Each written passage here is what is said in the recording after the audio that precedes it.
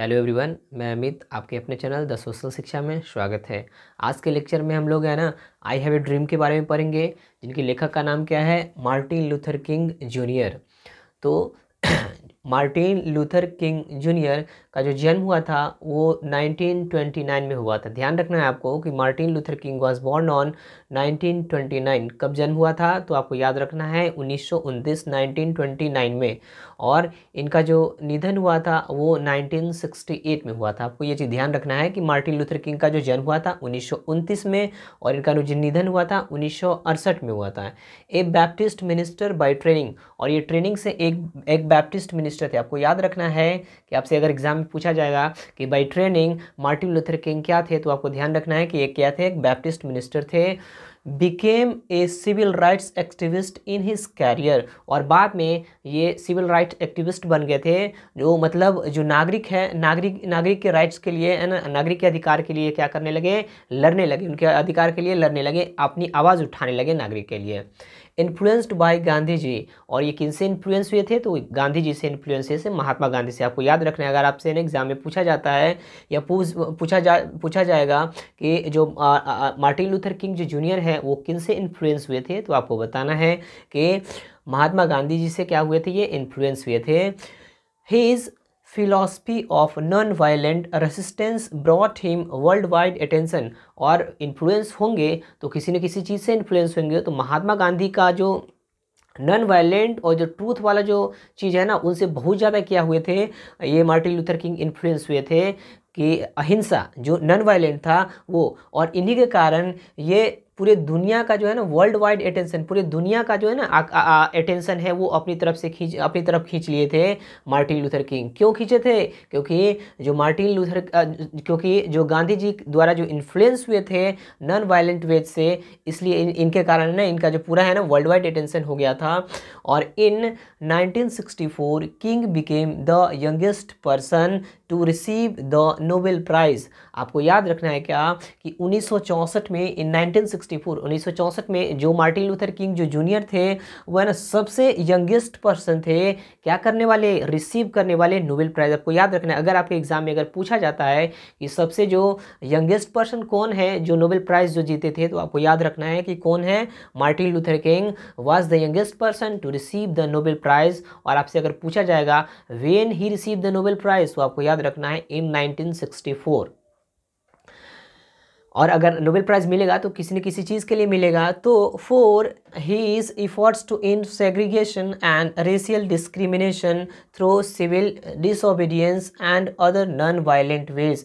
और इनको Nobel prize मिला इसलिए था कि ये जो है ना सेग्रीगेशन, जो पृथककरण है, अलगाव है, और जो रेशियल डिस्क्रिमिनेशन है, चूँकि वहाँ पे अमेरिका में ये रेशियल डिस्क्रिमिनेशन चलता था, मतलब जो भेदभाव है ना वहाँ पे निग्रो और घेटोज़ में, व्हाइट और ब्लैक में जो भेदभाव होता था, डिस्क्रिमिनेशन होता था, उनको हटाने के लिए क्या किए थे, ये आगे काम किए थे। और वो भी हटाना किस लिए, नॉन वायलेंट वे से, अहिंसा तरीके से हटाना है, क्योंकि ये मार काट करके नहीं, झगड़ा झंझट करके नहीं हटाना है, ये तो नॉन वायलेंट वे से हटाना है, अहिंसा एकदम आराम से प्यार से क्या करना है, हटाना है।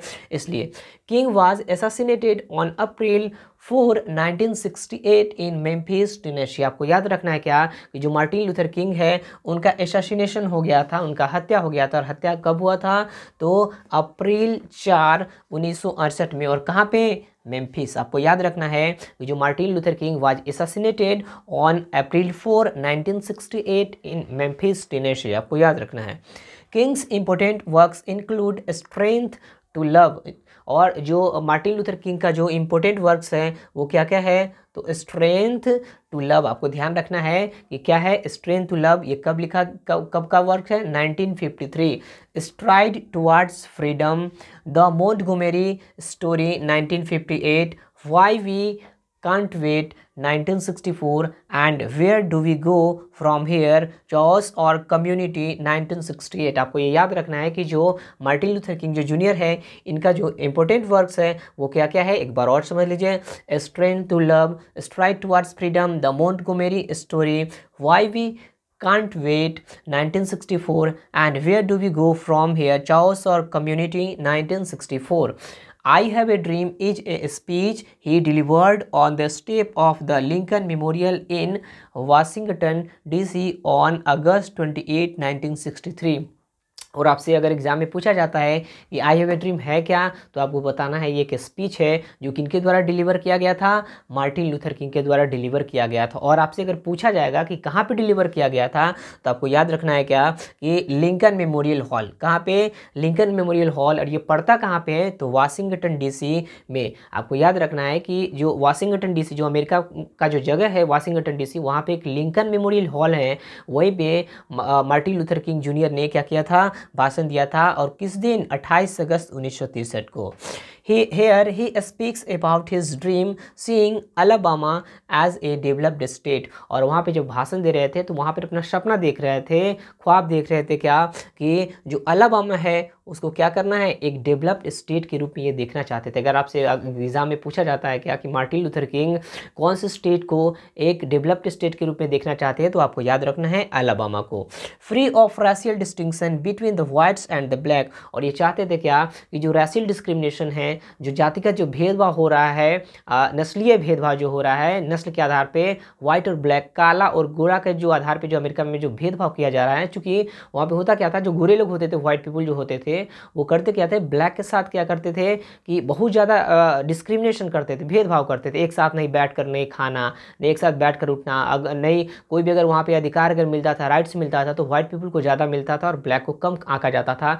लेकिन ऐसा तो होना ही नहीं चाहिए था। क्यों नहीं होना चाहिए था? क्योंकि व्हाइट और ब्लैक दोनों का ये कंट्री है, और वहीं पे अगर ब्लैक को अगर उसका अधिकार नहीं मिलता है तो उसके साथ क्या हो रहा था? भेदभाव हो रहा था। इसी चीज़ को मार्टिन लूथर किंग क्या करना चाहते थे? एंड करना चाहते थे, खत्म करना चाहते थे। जो रैशियल डिस्क्रिमिनेशन चल रहा था, नस्ल के आधार पे जो भेदभाव, उनको ये खत्म करना चाहते थे।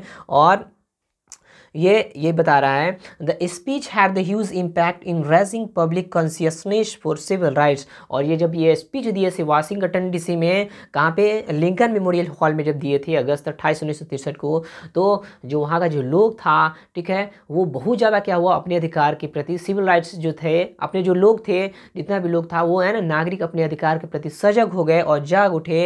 And in stabilising King as one of the greatest orator in American history. और बाद में अमेरिका के इतिहास में जो मार्टिन लूथर किंग थे, वो एक बड़े ऑरेटर, वक्ता के रूप में है ना उभर कर आए थे।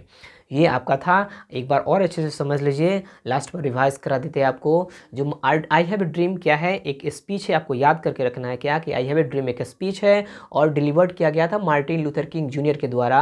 और इनका जो जन्म हुआ था 1929 और इनका निधन हुआ था 1968। बैप्टिस्ट मिनिस्टर थे बाय ट्रेनिंग, लेकिन बाद में जाके सिविल राइट्स एक्टिविस्ट बन गए अपने कैरियर में, नागरिक के लिए, नागरिक के अधिकार के लिए लड़ने लगे।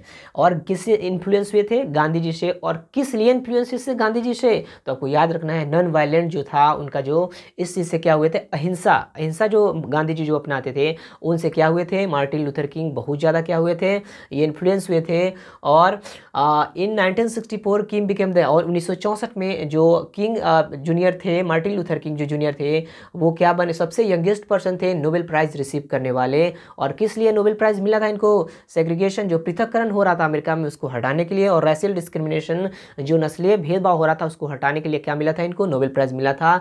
और आगे है king was assassinated on April 4 1968 in Memphis. और जो किंग है उनको एसेसिनेशन हो गया था 4 अप्रैल 1968 को मेम्फिस में। आपको याद रखना है उनका जो इंपॉर्टेंट वर्क्स हैं, आपको strength to love, stride towards freedom, the Montgomery story, why we can't wait, and where do we go from, chaos or community, जो 1968 में। ये इनका क्या है? ये इंपॉर्टेंट वर्क्स है। आपको याद रखना है क्या आगे कि जो स्पीच दिए थे, स्पीच जो डिलीवर किए थे, वो कहाँ पे किए थे? लिंकन मेमोरियल हॉल में। और कहाँ पे था ये? वाशिंगटन डीसी में 28 अगस्त 1963 को ये इनके बारे में बताया गया था।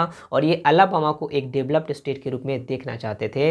इतना अगर आपको अच्छा लगा हो तो क्या कीजिएगा? लाइक कीजिएगा, शेयर कीजिएगा और सब्सक्राइब कीजिएगा। और कोई अगर क्वेरीज हो तो कमेंट में आप लिख सकते हैं। Thank you.